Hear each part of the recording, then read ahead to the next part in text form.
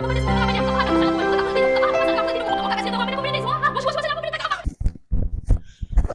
Acu, apa nama, Angah ada terbaca satu paper hari tu daripada Elsevier.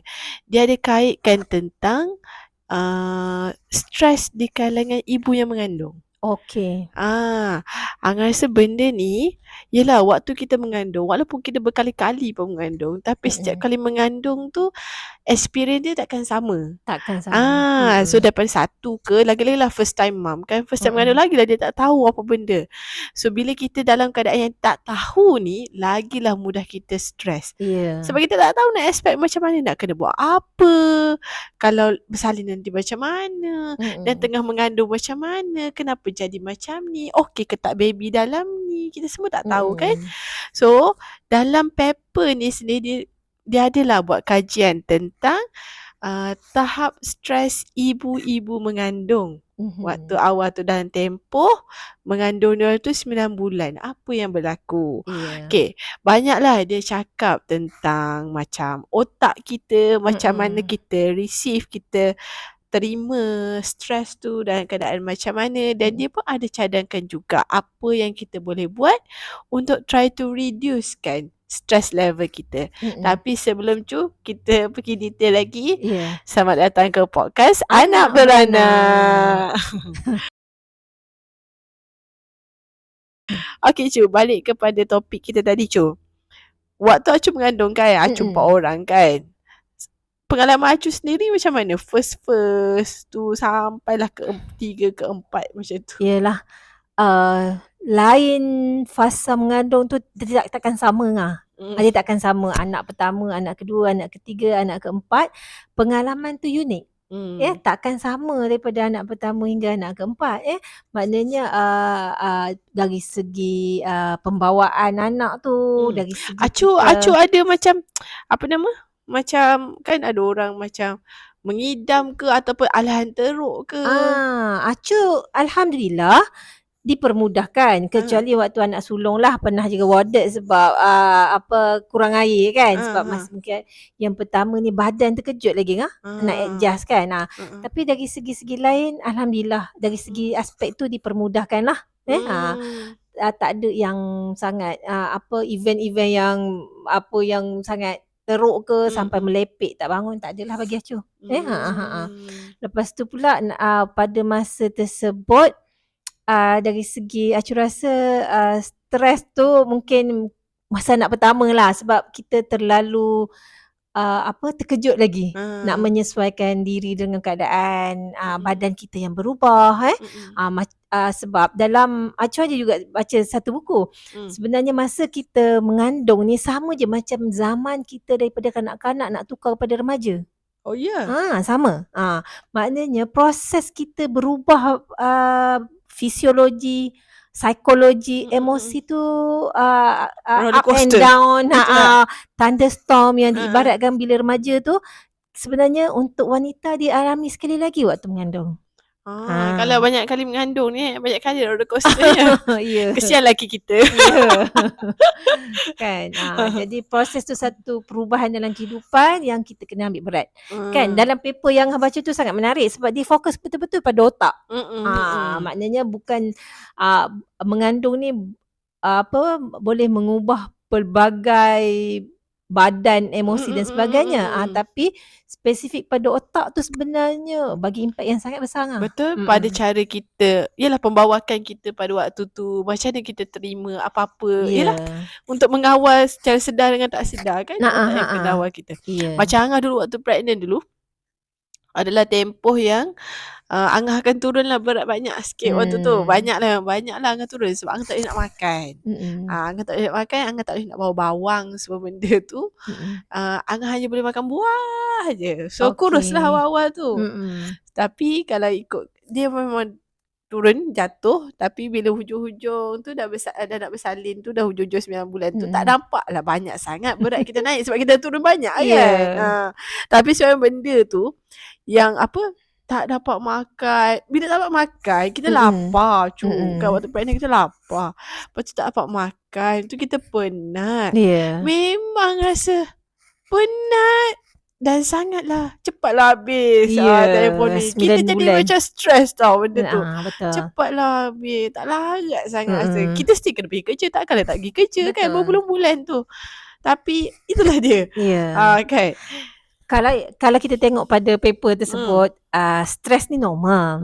Dia pun paper tersebut menyatakan stres ni pun sebenarnya normal. Betul. Ya, kalau boleh kita ni nak bercakap yang evidence based lah kan. Semasa mengandung, stres biasa itu normal. Sebabnya pada masa kita mengandung ni, otak kita dia terbuka untuk pelbagai perubahan, fleksibel 50-50 untuk menerima yang negatif, 50 untuk menerima yang positif. Jadi stres biasa dia tak akan memberi impak yang sangat besar kepada otak kita. Tetapi kalau stres yang berpanjangan, trauma yang berpanjangan akan memberi kesan pada otak. Kalau setakat kita untuk stres selera makan sikit-sikit tu tak ada apa sebenarnya. Yang kita nak bincangkan ibu-ibu yang menghadapi tekanan daripada sangat keluarga ke kan. Maknanya dalam tempoh dia terpaksa adapt dengan perubahan badan, fisiologi, psikologi dia yang sangat mencabar tu, dan dalam masa yang sama tekanan yang lain datang daripada atas, bawah, depan, belakang, dan juga trauma-trauma dia yang masa dia kecil, masa dia remaja yang tak selesai dan dibawa pula masa mengandung tu akan beri kesan pada otak sebenarnya. Betul. Yelah, tapi ada juga kan orang yang macam dekat tempat kerja lah. Mungkin Malaysia ni kurang sikit kot. Bila mengandung je orang macam bias. Mungkin kan. So itu pun boleh menyumbang kepada satu stres juga waktu tu kan. Orang akan expect kita, kenapa ni macam ni? Perform tak perform macam tu kan. Betul. Dan itu pun satu juga.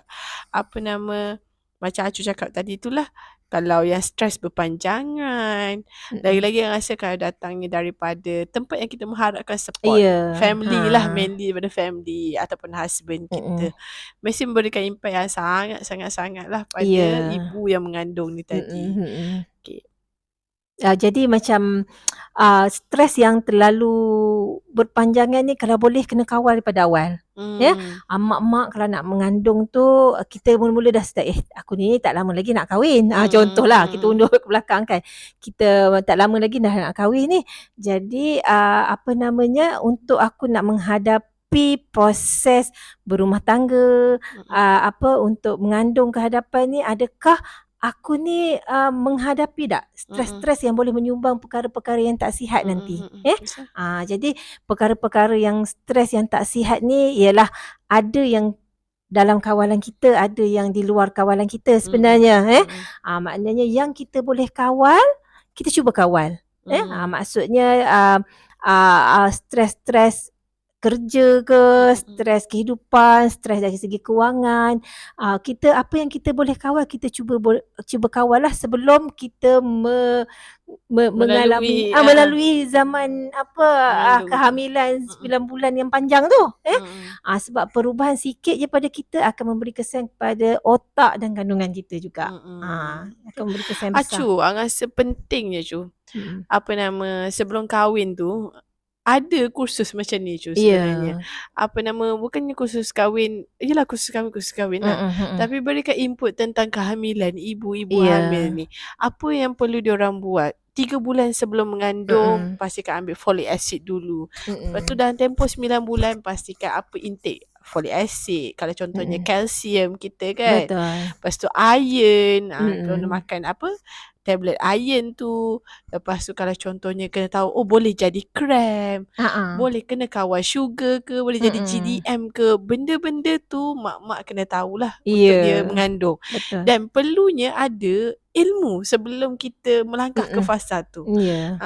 Supaya Angah rasalah supaya bila kita adanya ilmu untuk menghadapi satu fasa ni kita agak ready sikit.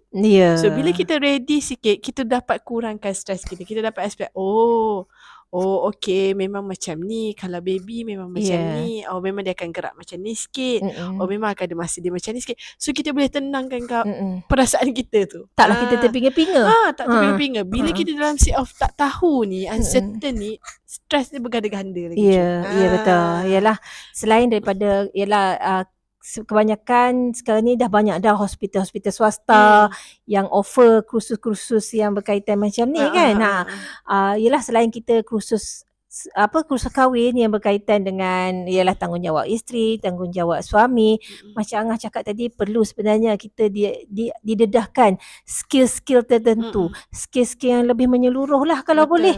Macam mana bakal pengantin ni diajar ke kan untuk urus stres dia macam mana, dia tahu hak-hak dia, dia tahu di mana hala tuju dia kalau berlaku perkara-perkara yang tak diingini, apa support system dia, NGO mana yang boleh bantu dia kalau dalam keadaan dia mengalami tekanan, apa nombor yang patut dihubungi.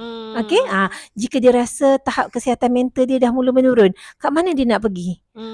Sekarang ni isu dia sekarang ni kebanyakannya mereka macam tergapal-gapal. Mak-mak yang, terutama mak yang sedang hamil, mak-mak yang baru jadi mak ni, kadang-kadang mereka lost. Mereka lost kan, mana tak tahu mana nak pergi, mana hala dia nak tuju kan. Jadi sebenarnya ialah tanggungjawab pihak tertentu, ialah mungkin jabat agama ke ataupun majlis agama ke ataupun badan-badan yang ialah bukanlah cakap kan Kementerian Wanita ke dan sebagainya, mungkin dah boleh keluar dengan idea betul. Kan supaya ibu-ibu yang hamil ni, yang bakal hamil ni, mereka diajar kemahiran untuk penyesuaian diri lah. Betul. Dalam keadaan kita dan sekarang ni. Memang salah satu reason kita buat benda macam ni pun sebab satu community ni lah kalau boleh kita nak buat satu community supaya bila adanya isu macam ni kita tahu dekat siapa kita nak reach out. Dan bila makin ramai orang yang ada pengalaman, ada pengetahuan tentang ni, mudah untuk kita share apa-apa yang kita tahu kan. Dan harapnya tidaklah share menyimpang di jalan yang benar lah. At least kita boleh provide sikit ilmu ke apa-apa sebagai persediaan kepada ibu-ibu, bakal ibu untuk menghadapi fasa yang seterusnya. Lagi kalau macam contohlah, kalau suri rumah lah kan, kalau suri rumah limited, nak mengadu dekat orang pun kata, alah kau kan suri rumah, jaga anak je, apa yang susah sangat jaga anak je. Dah kita baru nak seek help tapi tiba-tiba kena bash macam tu. Betul. So kalau boleh kita ada satu komuniti yang support, yang empower, yang menerima bahawa kadang-kadang kita memang memerlukan bantuan. Kita memang perlukan bantuan tu. Selain pada mak tu sebenarnya, bakal bapa tu sendiri sebenarnya juga perlu diberikan juga. Tu yang segala kursus tu biar bukan hanya tanggungjawab hamil tu memanglah yang membawanya ibu sahaja, tapi bahagian lain tu bapa boleh uruskan juga kan, boleh bantu juga. So dia bersama-sama lah. Dalam ni perjalanan bersama-sama maknanya sebabnya kita ni sekarang kadang hidup dalam budaya yang budaya bukan agama. Budaya. Lelaki ni perlu diagung, yang perlu di king dalam keluarga. Jadi kepercayaan ataupun pemikiran-pemikiran macam tu dah sebenarnya dah sangat ketinggalan zaman. Maknanya sebagai suami, sebagai ayah, mereka pun sepatutnya diberikan skill yang sama. Betul. Skill yang sama macam mana nak menghadapi dunia ayah ni. Sebenarnya mereka pun terkejut juga ngah. Betul, sama-sama terkejut. First time kan? Ada orang terkejut dia flight, ada orang terkejut dia fight. Yang flight yang kita tak nak tu buat tak tahu, abaikan rumah tangga, yang tu kita tak nak ya. Kita tahu ayah pun dia ada stres dia juga untuk dia menyesuaikan diri dia sebagai ayah untuk pertama kali. Yang mana sebelum mereka mungkin tak pernah pun tukar lampin anak ke. Tak pernah nak pegang tapi percayalah, baby. mak tu pun tak pernah juga. Mak pun tak pernah juga. Sama je. Jadi kedua-duanya perlu bersama-sama. Bersama-sama. Jangan biarkan beban, bukanlah beban, maksudnya tanggungjawab tu hanya pada satu pihak sahaja. Padahal benda tu datang sekali. Kalau dacing tu bagilah balance. Jangan belah mak je. Tapi itulah budaya kita masih lagi. Budaya kita masih kuat lagi. Budaya kita masih kuat lagi macam tu. Kita expect anak perempuan kita untuk study, habis belajar, habis belajar sampai paling-paling degree. Lepas tu kerja kalau boleh nak gaji terus 5K ke atas. Gitu 5K ke atas kau. 5K ke atas. Lepas tu dah lepas study tu kena terus, tak lama lepas tu kerja tu terus kena kahwin. Kena kahwin. Betul, kahwin pula dengan lelaki yang macam mana pula? Lelaki yang terhebat. Okey. Lepas kahwin dan tempoh tu kena pula mengandung. Berapa bulan lepas kahwin tu kena mengandung pula.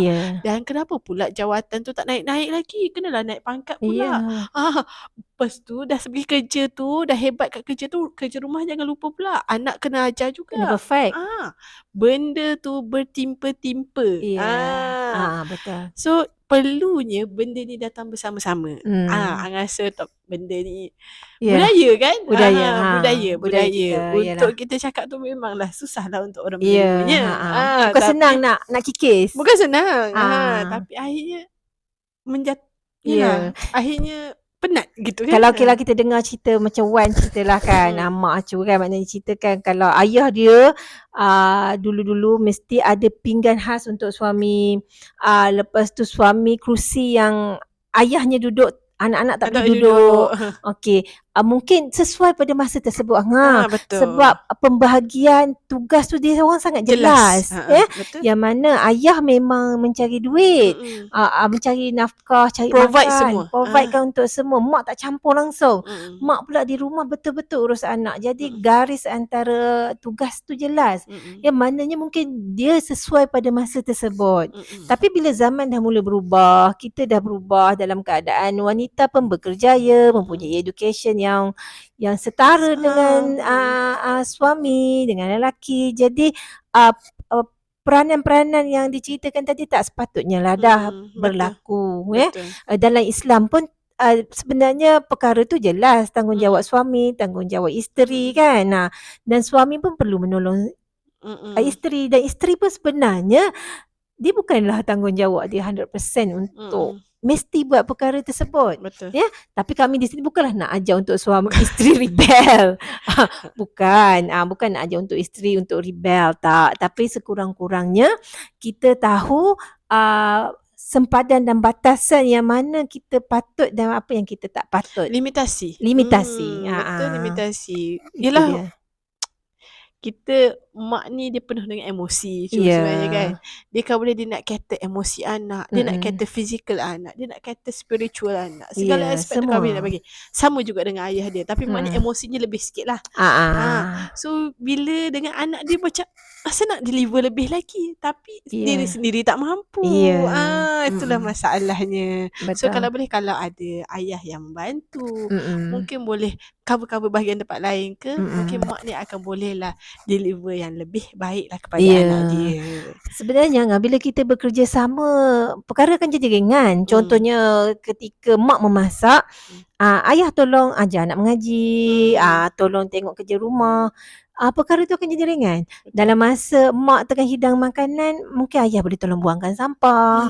Anak yang sulung yang dah pandai buat kerja tu pun boleh tolong keluarkan pinggan mangkuk, susun gelas dan sebagainya. Nampak simple, remeh, tetapi sebenarnya impact dia besar. Kita nak buat sesuatu perkara tu biar impact dia besar. Supaya tak ada satu pihak je yang terbeban. Jangan mak saja yang terbeban. Nak pula masa kehamilan, tak kisahlah anak pertama, anak kedua, anak ketiga, kehamilan ni bukannya mak tu akan expert dah bila dia mengandung anak kelima ke enam, tak. Sebab Acu kata dia pengalaman tu unik. Masa mengandung anak pertama, mak umur 20 tahun, mengandung anak kelima mak dah umur 40. Berbeza. Lepas tu ada pula 4 orang anak lagi. 4 orang lagi di bawahnya. Yang perlu kita sambil mengandung jaga dalam perut tu. Kat luar tu ada 4 orang yang kita perlu cater juga. Betul. So kalau boleh, waktu tu ayah boleh ambil peranan lebih sikit lah untuk yang 4 orang di luar tu contohnya. Memang perlunya ada sesi borak macam ni supaya kita boleh self-reflect balik apa yang kita dah buat. Macam yelah, memang kita pun jauh daripada perfect. Jauh lah. Betul. Kita lah yang turun naik roller coaster tu. Walaupun tak mengandung pun turun naik juga, emosi sama je, 2 kali 5 je. Dan perlunya ada macam ni sesi bercakap macam ni. Satu antara kita orang lah, komuniti terdiri daripada 2 orang ni je yang bercakap mengenai benda ni, supaya at least kita fokus balik. Ya. Fokus balik pada ni. Ya. Angah rasa kan, tak kisahlah macam, yelah, nak kata, bukanlah nak kata Angah pandai sangat tu tak, tapi kiranya Angah ni okey lah, study dulu. Kiranya okey lah, A tu banyak lah kiranya, taklah budak yang macam tak, okey lah kiranya. Tapi bila buat parenting tu, sebab dia tak ada satu guideline yang clear macam mana awal pregnant nak kena buat apa, kalau ni macam mana, anak yang ni macam mana nak buat. Dia tak ada satu guideline yang memang boleh menyebabkan kita jadi lost. Kalau study senang lagi, at least kita tahu, kita baca buku, kita tahu kalau macam ni, soalan macam ni, ujian ni macam ni, kena jawab macam ni. Tapi bila parenting ni, dengan anak ni tengah mengandungnya, dengan anak yang dah besarnya, nak buat macam mana? Faham tak Cu? Betul. Benda tu sentiasa lah kita kena belajar. Kena belajar balik. Kalau macam ni, kena buat macam ni. Kalau anak macam ni, sebab dia melibatkan emotion kan, dengan betul. juga connection. Bukan sekadar main jawab tulis sahaja. Betul. Betul Angah, sebabnya ialah kalau belajar tu senang kan, baca buku dah, skema dia dah ada dah. Jadi sebenarnya kita tak bolehlah kata macam awak belajar tinggi, anak awak nanti pasti akan tinggi juga, hebatnya. Pasti hebat juga dan sebagainya. Awak pasti akan didik anak awak yang terbaik. Tak semestinya. Tak semestinya. Jadi itu yang pentingnya, skill-skill yang kita sebutkan tadi Angah. Maknanya kita ni kenalah dapatkan ilmu-ilmu macam mana kita nak parenting anak-anak kita lah, dan diri kita sendiri sebenarnya. Parenting tu rasa lebih pada diri kita. Betul. Sebenarnya sebelum kita bantu anak, kita kena bantu diri kita sendiri dulu. Dengan skill-skill yang kemahiran yang kalau boleh mak-mak boleh tengok lah yang kami bincangkan sebelum ni juga. Banyak dah kami sebenarnya yang podcast sebelum ni kita dah sebut kan. Tentang self care kita pernah sebut juga, pentingnya kita setting boundaries. Kita juga pernah sebut tentang pentingnya juga tentang kita tengok tentang lokus kawalan diri kita, pagar kan. Bercerita tentang pagar fizikal kita nampak, tapi pagar emosi, pagar diri, dalaman diri kita, sebenarnya kita sama je macam pagar di rumah. Kita kena set up dengan cantiknya. Betul. Jadi perkara-perkara macam ni nampak simple tetapi impact dia sangat besar. Yang macam ni lah kita kena praktis selalu. Sebabnya macam contohnya kita nak belajar berenang tapi kita belajar melalui buku. Cara pertama tahan nafas, kedua terjun, lepas tu baru berenang. Kita tak akan dapat kuasai kemahiran tersebut sehinggalah kita buat. Betul. Begitu juga dalam kita sebagai mak-mak ni. Kemahiran-kemahiran sebagai mak ni tak boleh kita hanya baca. Kita kena buat. Betul. Termasuklah untuk kami. Macam kalau contohnya kan orang kata how to deal with a child tantrum. Macam tu kan. Child tantrum. Kenapa kita pointing fingers on child sahaja padahal mak ayah ni tantrum semua. Semua. Betul. Yang kita mengamuk tu bukan kita tantrum juga kan. Tapi kita justify kan. Tapi kita justify kata sebab macam ni. Sebenarnya rasa balik pada kita jugalah. Balik pada kita juga. Macam ni kita nak perceive benda yang berlaku. Anak tu tantrum jelah sebab dia tak reti communicate lagi. Yang kita pun nak marah sekali. Kenapa? Betul. Anak tu perlu diajar. Benda ni lah yang memang rasa struggle. Betul. Kan? Betul. Yelah roller coaster ride kita ni memang ada je. So nak tak nak memang kena ada satu community dan perlukan ilmu yang cukup untuk menghadapi satu benda ni. Community tak perlu yang mahal-mahal sebenarnya. Bukanlah kita join mak-mak kelas-kelas hotel mahal tu, tak perlu pun. Kita bina kecil-kecil je community yang kita selesa. Mulakan pada situ dulu. Betul. Macam kami berdua dah selesa cara berfikir. Tak semestinya sebab kami anak beranak. Tapi kita selesa cara berfikir, fikrah yang sama. Kita berborak bersama. Tapi matlamat dia untuk kita nak empower, self-improve kita. Improve diri kita pastikan sendiri. Kita ada dapat improvement. Tu je sebenarnya. Balik pada tadi yang ibu mengandung tadi, macam kita katalah, perlunya ilmu, perlunya support daripada keluarga dia ke, ataupun kalau dia tak mampu daripada husband dan keluarga dia, mungkin dia boleh dapatkan support daripada luar, daripada community macam kita cakap. Ataupun kalau mungkin dia tak berjumpa lagi community mana yang dia nak, dapatkanlah bantuan juga. Kalau tidak rasa tak mampu nak kawal stres dia, dengan jumpalah dengan psikologis ke orang yang sepatutnya. Seek professional help juga. Okay. Sebab kita kadang-kadang kita dapat rasa diri kita lain. Kita dapat berubah, kita ada perubahan dalam diri kita. Tapi kalau kita dah mula rasa kita dah tak berfungsi secara biasa kita berfungsi, dapatkanlah pertolongan daripada pihak-pihak yang lebih profesional. Ibu-ibu mak-mak sebab sebenarnya kita kalau paling mudah pun pergilah ke mana-mana klinik-klinik komuniti yang terdekat. Kalau mak rasa macam stres yang sangat berpanjangan, lepas tu pula dah stres berpanjangan, lepas tu ada pula rasa macam nak self harm, ataupun ada berfikiran untuk bunuh diri, sampai tahap macam tu, bila berfikir macam tu, jangan tangguh, pergilah cari perkhidmatan profesional. Paling simple macam Acu bagi tahu tadi, pergi ke klinik-klinik komuniti yang terdekat, maklumkan kepada doktor tersebut. Doktor akan buat satu saringan minda sihat dan dia akan rujukkanlah kepada hospital-hospital yang terdekat, bergantung kepada tahap kecemasan yang doktor nilai lah. Jangan bertangguh. Betul, lagi-lagilah bila kita mengandung kan, apa-apa yang berlaku pada kita, dia akan bagi efek pada baby juga, pada perkembangan baby. So memang benda tu dah put pressure dah. Apa-apa jadi kat kita, jadi kat baby. Apa jadi kat kita, kita dah pressure dah lebih dekat situ. So lagilah perlu kita nak kawal apa benda yang berlaku di sekeliling kita.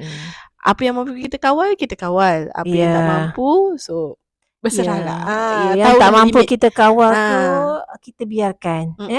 Jangan terlalu fikirkan sangat. Yalah, banyak perkara yang tak mampu kita kawal ni. Masalah-masalah rumah di sekeliling dunia kita ni pun kadang-kadang memberi efek pada kesihatan mental kita. Tapi kita kena tahu limitasi itu di luar kawalan kita. Betul. Macam ni lah Cu, isu macam terpaksa sebut jugalah, isu Palestin sekarang kan yang still ongoing kan. Gambar-gambar. Macam yelah, lama dah 70 lebih hari dah diorang diserang macam tu. Memang kita ni Cu, kita yang tengok ni, ya Allah, sedihnya lah. Dan memang memberikan impact kepada emosi kita juga sebenarnya, menengok benda-benda ni kan, kita teringat macam tu kan. Apa yang kita boleh buat, kita tak adalah kita buat. Kita tak mampu pun nak perang kat sana. Tak mampu. Kita tak mampu pun. So apa yang kita boleh buat kat sini, dalam kawalan kita ni, kita boleh berdoa, buatlah apa yang kita mampu di social media kita ke, memberikan kesedaran ke, awareness ke. Macam contohnya kita orang ni cikgu, tenaga pengajar, bagi tahu kat student, bagi tahu awareness supaya diorang sentiasa doakan juga kan.